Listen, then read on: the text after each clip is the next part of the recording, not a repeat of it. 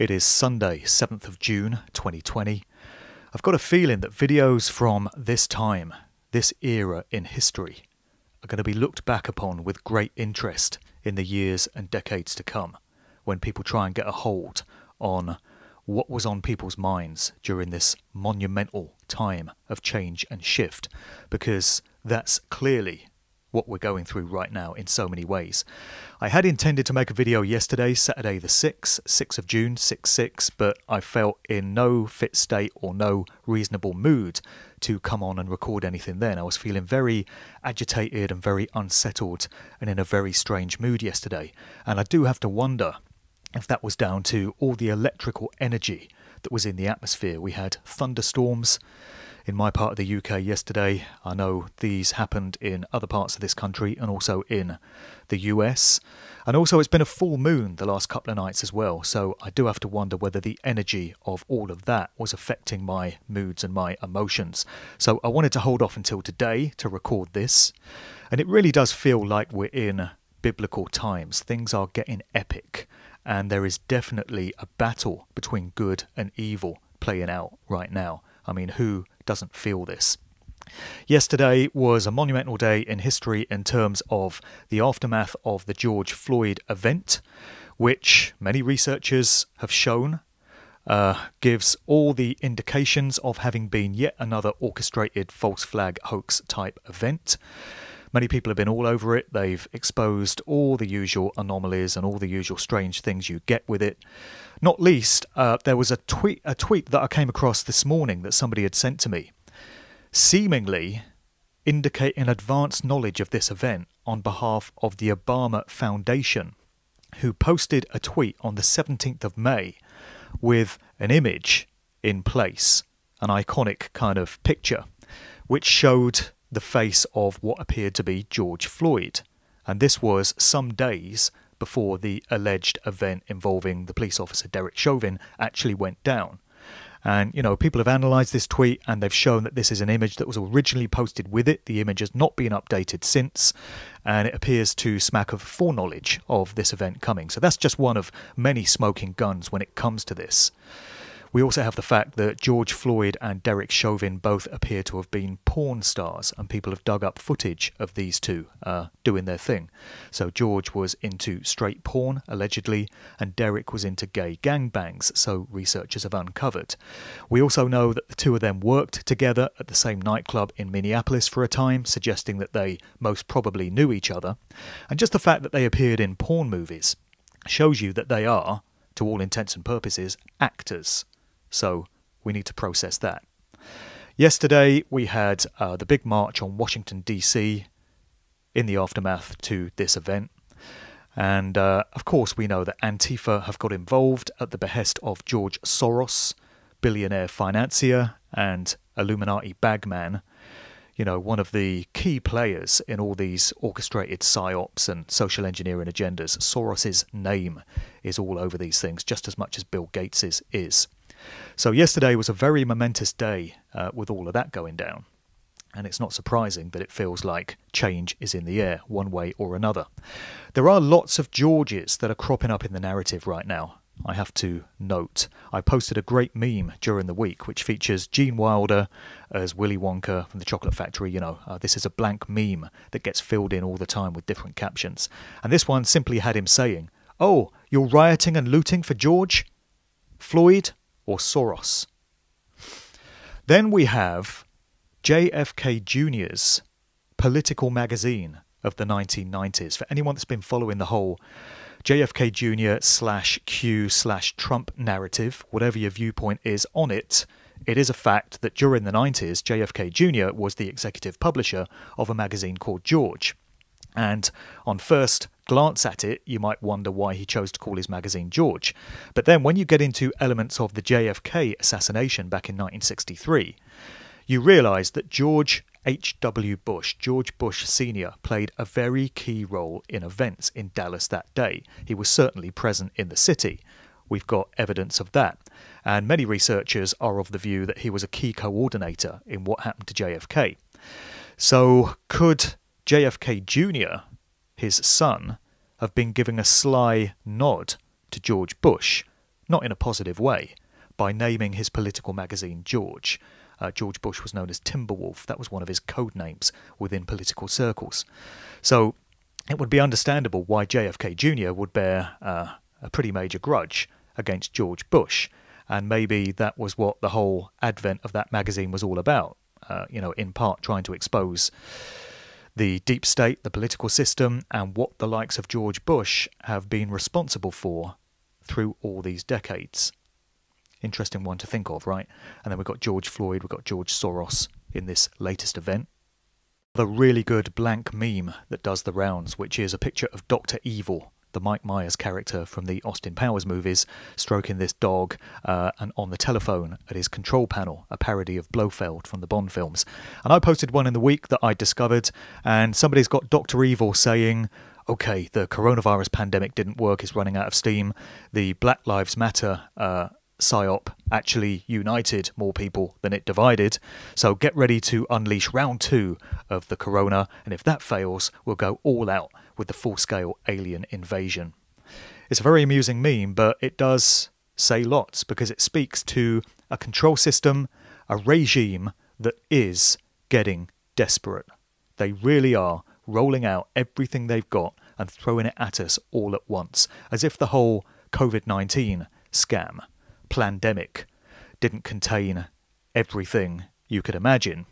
They very quickly pulled the race riots narrative out of the bag and dropped that on us as well.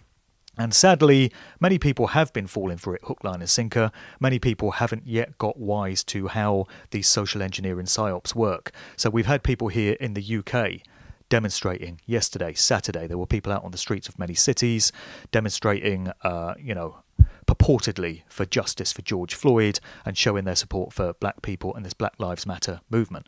The truth is, all lives matter. And when you approach this from the point of view of a holistic, intelligent, inner standing of how life and creation work, you realise that it doesn't matter whether somebody's white, black, brown or green. All lives are equal and they all have the same value, and the rights and freedoms of all of us are equal as well. So it's not a case of Black Lives Matter. But nevertheless, people have fallen for this. There's a lot of virtue signalling going on. A lot of people on Facebook who never normally make any kind of political comments have been posting up that they stand in solidarity with George Floyd and posting the Black Lives Matter logo and all this. I find it incredible that people were out protesting in face masks, many of them. I mean, just imagine the irony of this. People are out protesting on the streets, but they're still wearing face masks because they still think, it's around and it's going to get them. People in the UK will be protesting about the rights of a man they've never met thousands of miles away across the Atlantic, and yet they didn't protest about the loss of their own rights and freedoms and the imposition of a tyrannical regime, which is so obvious to see that it couldn't be more obvious if it smashed you violently around the head with a baseball bat, screaming through a bullhorn, "I am a tyrannical regime." So the only reason so many people were out rioting, protesting, demonstrating, is because the media had entrained them to do so. They bought the hashtag, they bought the logo.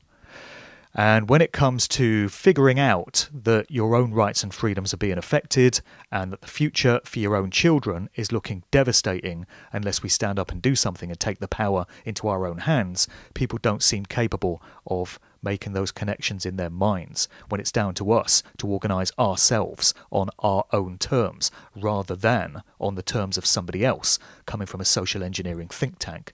So I find that incredible. But just the fact that they've had to pull this race riots tool out of their toolkit at this time, because clearly they must have been feeling that the plandemic, the coronavirus narrative, was failing and they had to do something else, opt for plan B to continue to justify martial law and house arrest and all these measures that they want to introduce. It smacks of a control system, a regime that knows its days are numbered. It's in its death throes now. It's getting absolutely desperate to cling onto power by any means necessary, which means they may have something else in the bag that they pull out in the coming weeks. not to doom-monger about it. On the contrary, I think the fact that we have clear indication that this control system knows it's on the way out, and that has to be a positive thing.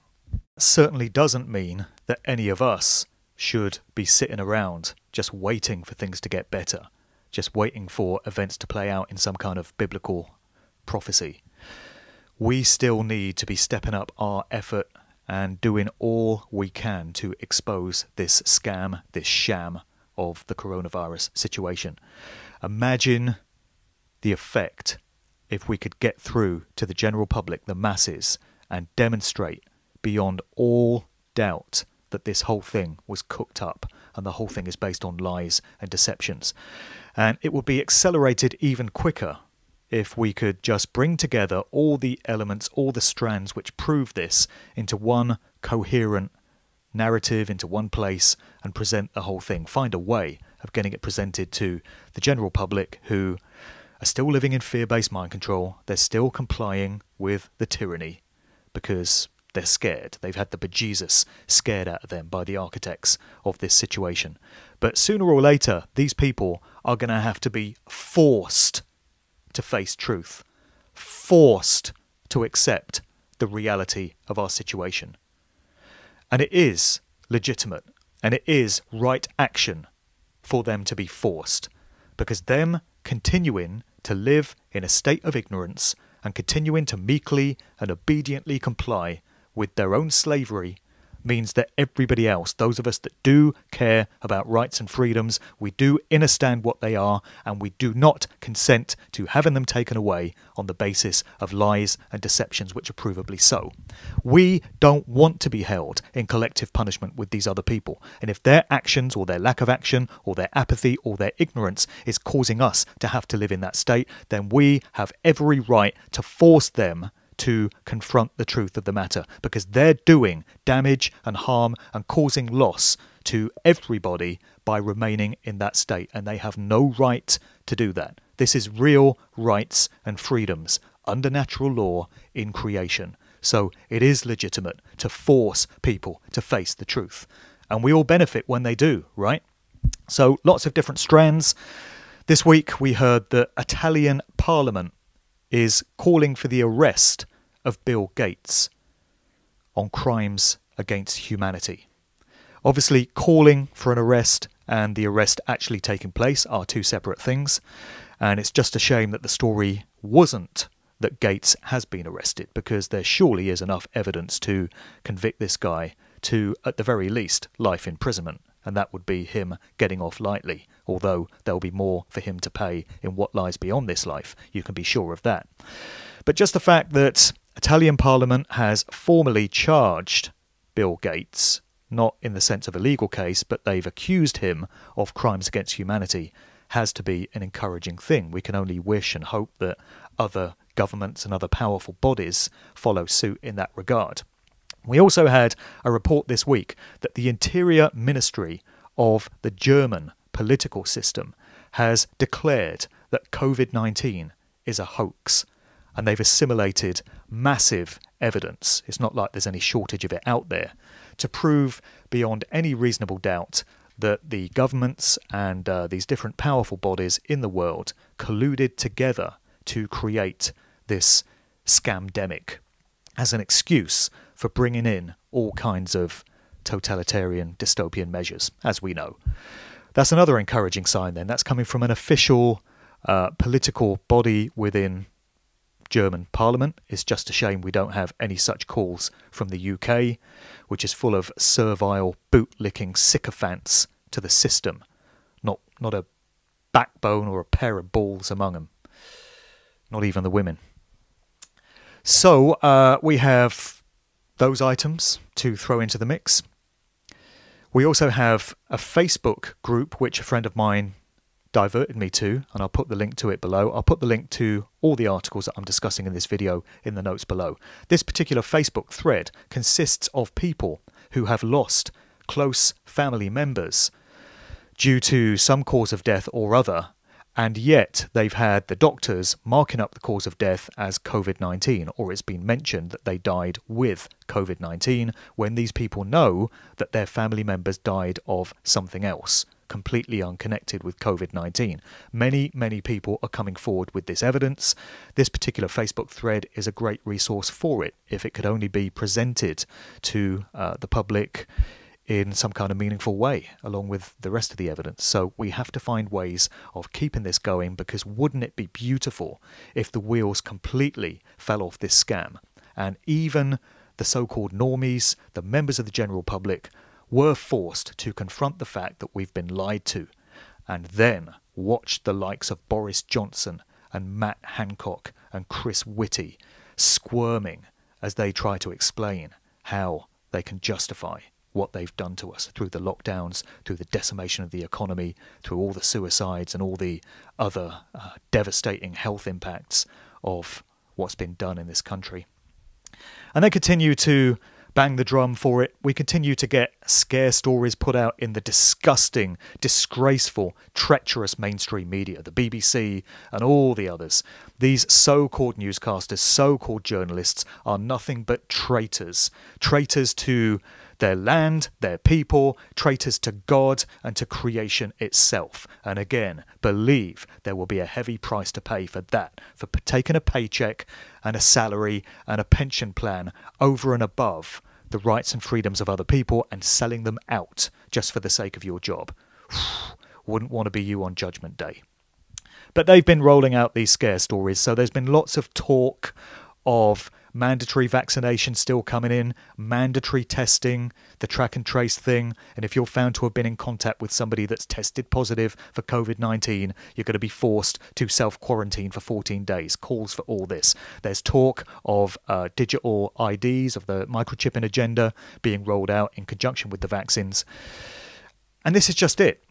A lot of it is just talk. It's rhetoric. It's designed to scare people. It's designed to keep them paranoid. It's designed to keep them in a state of fear-based mind control. And it's working, because if you spend all day looking at these mainstream media headlines and putting on the BBC News, and a bulletin breaks and you have this solemn, stern-looking newsreader, COVID-19, latest, and all this dramatic music in the background, and then a picture of that bloody COVID logo thing that they've got, that spiky organism that's supposed to represent the virus, you are going to be scared.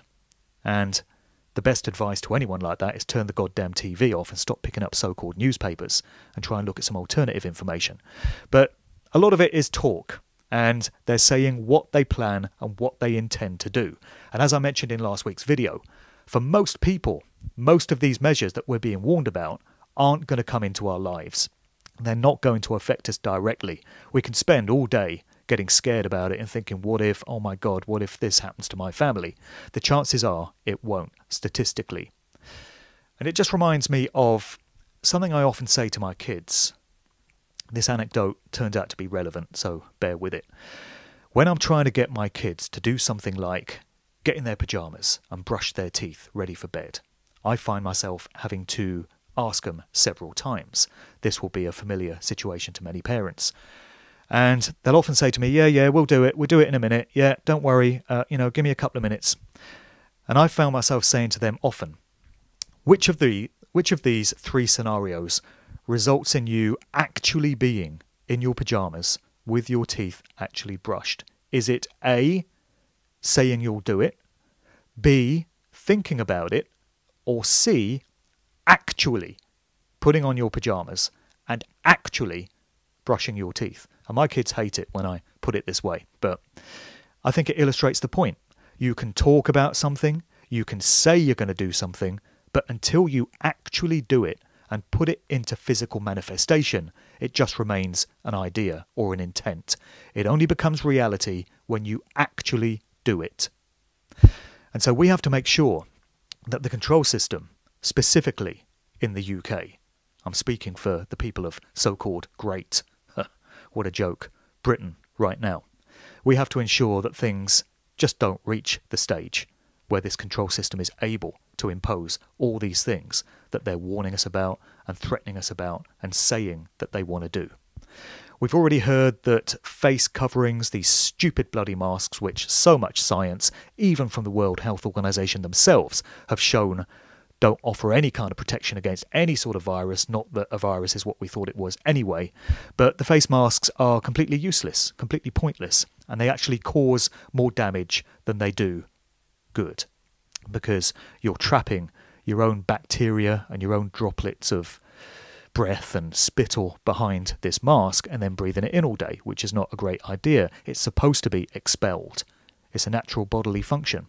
So we're told that these mandatory face masks are going to come in for public transport from the 15th of June. So if you get on a bus, a train, a plane or a ferry, you're going to have to wear one of these things. And you can bet it's going to be policed by the slaves themselves, because you don't need a slave master when the slaves police themselves. You try getting on a bus without one of these face masks on and you will get called out by the rest of the bus. No authority figure necessary. There'll be virtue signalling again because they drank the Kool-Aid and swallowed the mind control. But isn't that an interesting date? It comes in on the 15th of June. So again, you get on a bus or a plane or a train on the 14th of June and you'll be just fine. But on the 15th, whoosh, there it is, it knows what date it is. Whoosh. But the 15th of June, many British people will realise that that is a significant date in the closest thing to a constitution that we have left, namely the Magna Carta, signed into action on the 15th of June 1215. Is it any kind of accident or random chance that these measures are being introduced on the 15th of June of all dates? Or is this another way in which the control system is mocking the people of Britain and rubbing our noses in it by taking away even more of our rights and freedoms on a date when the closest thing to a constitution, which was designed to protect against these rights and freedoms being taken away by a tyrannical control system, was signed into place? I would suggest it's no coincidence, and I would suggest it's just one more reason to add to the many to take down this regime right now. It knows it's going down. We just have to accelerate the efforts. To me, the masks are symbolic of muzzles that you would put on a dog. So people with a mask on, they can't speak properly, they can't express themselves as they would naturally. So that's symbolic in itself. You're wearing a mask and you're being prevented from speaking out. You're not speaking out against tyranny if you're complying and wearing a mask. And also, muzzles get put on dogs, and that is how the controllers see the masses, the useless eaters. They perceive us as dogs, as their pets, as owned commodities. So when we conform and we put on one of these masks, which have no scientific or medical benefit whatsoever, we're symbolizing our compliance with our overlords. And I know that many people will not be able to get around like they need to without getting on a bus or a train, and they're going to be forced to wear one of these masks. That's obviously different to voluntarily choosing to wear one. But either way, it's an unacceptable situation, and this lot have got to go. And just the fact that they're getting so sloppy, they're getting so desperate, they're rolling everything out all at once, indicates that they're panicking. Normally, they take a much more patient, measured approach to things. So we can know that the wheels are really falling off. And it's worth bearing in mind that every regime, every control system throughout the course of human history has eventually failed and crumbled and been destroyed. And it's disappeared. Every one you could mention, even the most powerful ones, like the Roman Empire. These institutions might last for decades, centuries even, but eventually they do implode and destroy themselves. When they're based in evil, when they're based in injustice, it's inevitable that they can't last forever. Truth always rises to the surface. Love and righteous action always trumps, excuse the pun, any kind of evil and tyranny and injustice. So we can know that the control system that's presided over us for way too long was never going to last forever. There was always going to be a time when it would fail. And I feel that time has come. And I feel that we're going to be witnessing that in the weeks and months ahead. Again, this is not any kind of excuse for any of us sitting back and doing nothing. If anything, we need to double down in our efforts and do even more of what we were doing before. But evil always fails in the end, and evildoers always face the consequences and the judgment for the harm and the loss and the misery and the suffering and the death that they've caused to other people. It will be no different this time. It would be very satisfying for many of us to see the likes of Bill Gates and Anthony Fauci, Boris Johnson, Matt Hancock, so many other traitors that we could name, George Soros, in prison for what they've done. We may or may not get to see that, but we can know that every one of these individuals and many, many others who've put great evil into the world, and there's so much evidence of that coming out now, will be paying the price. If they don't pay the price in this life, in this physical reality, they'll be paying it in some other form, in some other state. We can know that, like we know the sun is coming up tomorrow morning. So it really does feel like biblical times. It really does feel like a battle between good and evil. Everyone needs to pick a side. And if you pick the side of good, it means being courageous, being brave, standing up and letting your voice be heard, not cowering away in the shadows for fear of the consequences. We need every voice and every heart and every mind and every soul we can get on the side of good and right action and truth and freedom right now. Because if you're not on that side, you're on the other side. And you're going to end up going the same way as all the perpetrators and the evildoers that populate that side. With that being said, I want to read out an extract from an incredible letter, an open letter to POTUS, President of the United States, Donald J. Trump. This was sent from, let me just get this guy's name right, Carlo Maria Vigano, titular Archbishop of Upiana, former apostolic nuncio to the United States of America. Now, I know any mention of the Catholic Church is going to bring about a certain response in many people because of what we know them to have been involved with. In this instance, I just want people to pay attention to the wording of this letter. You can make of it what you will. I won't comment on it any further, but I think the contents of it speak for themselves. And I think what this particular Archbishop has had to say to President Trump will resonate with so many of us. Let me just read some of the pertinent extracts from this open letter which has been sent this week. He says, "It appears that the children of darkness, whom we may easily identify with the deep state, which you wisely oppose, and which is fiercely waging war against you in these days, have decided to show their cards, so to speak, by now revealing their plans. They seem to be so certain of already having everything under control that they have laid aside that circumspection that until now had at least partially concealed their true intentions. The investigations already underway will reveal the true responsibility of those who managed the COVID emergency, not only in the area of healthcare, but also in politics, the economy, and the media.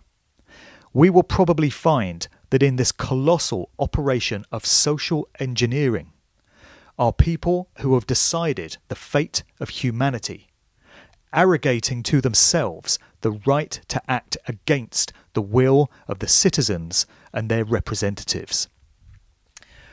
Just a bit further on in the letter, he says, "We will also discover that the riots in these days were provoked by those who, seeing that the virus is inevitably fading and that the social alarm of the pandemic is waning, necessarily have had to provoke civil disturbances."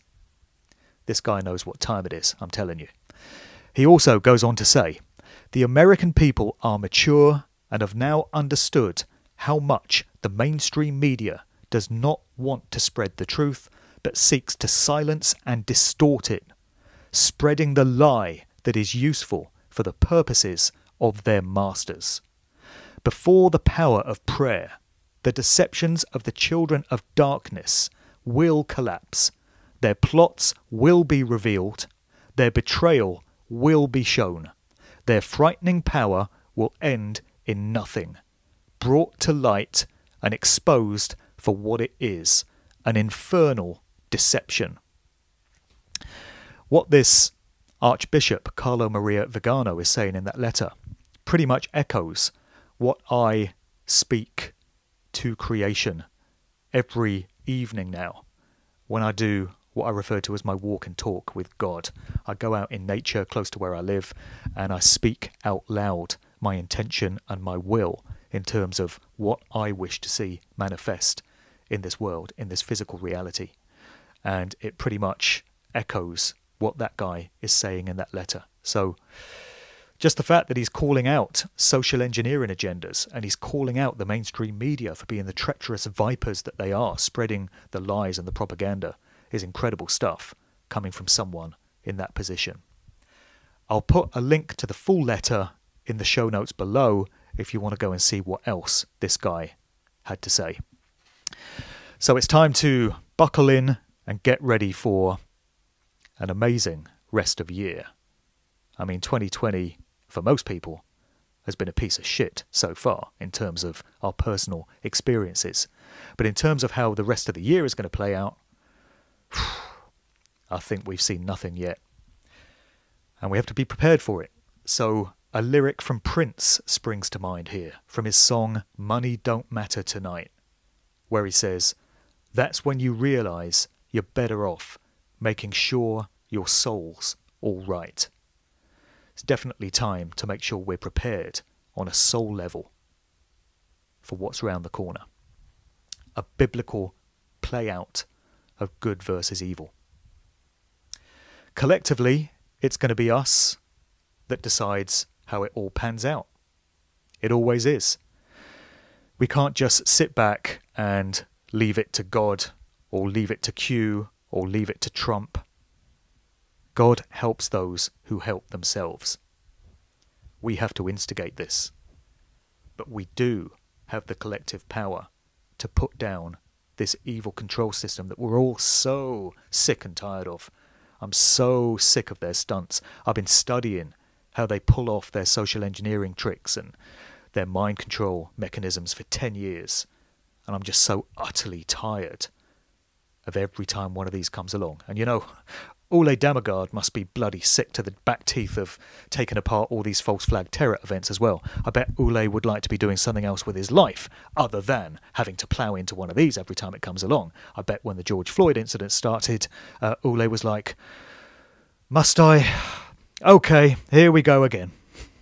You know what I mean? This is going to be the last video that I do in this particular location. So you're not going to get this backdrop, bit of a boring ass one, in any future videos because I and my family are going to be moving house in about 5 days from now to a new location. So that does mean this will be the last video that I'll be able to do for a while I get settled into the new place and we begin this new chapter, this new start in our lives, which we all need so much right now. So I'll see you when I see you. Got a lot of memories in this place. I've been in this particular home for 18 years. During that time, I got married. We had both of our kids. I woke up in this house. I've put out all my videos, all my interviews, all my content over the past 10 years from this particular location. So I'm going to miss it, but it is time for new horizons and a new chapter. And so I'll see you on the other side. Incredible things are happening, and 2020 is far from a done deal yet. Like I say, let's make sure our souls are prepared and we're on the right side of this battle between good and evil, because it's going down, and trust me, you wouldn't want to be on the wrong side when it does. This is a quick addendum to the previous video because there were a couple of items that I forgot to put in there which are very important and are worth adding. The first involves what purports to be an interview with Prince Charles by Sky News, which emerged this weekend. The only problem is, when you watch it, you realise it ain't Prince Charles. It's an impersonator. He doesn't look enough like him, he doesn't sound enough like him, and it's clear that they're trying to con the public into believing that Prince Charles is still out there. So this raises the question of what has happened to Prince Charles and what's happened to the royals generally.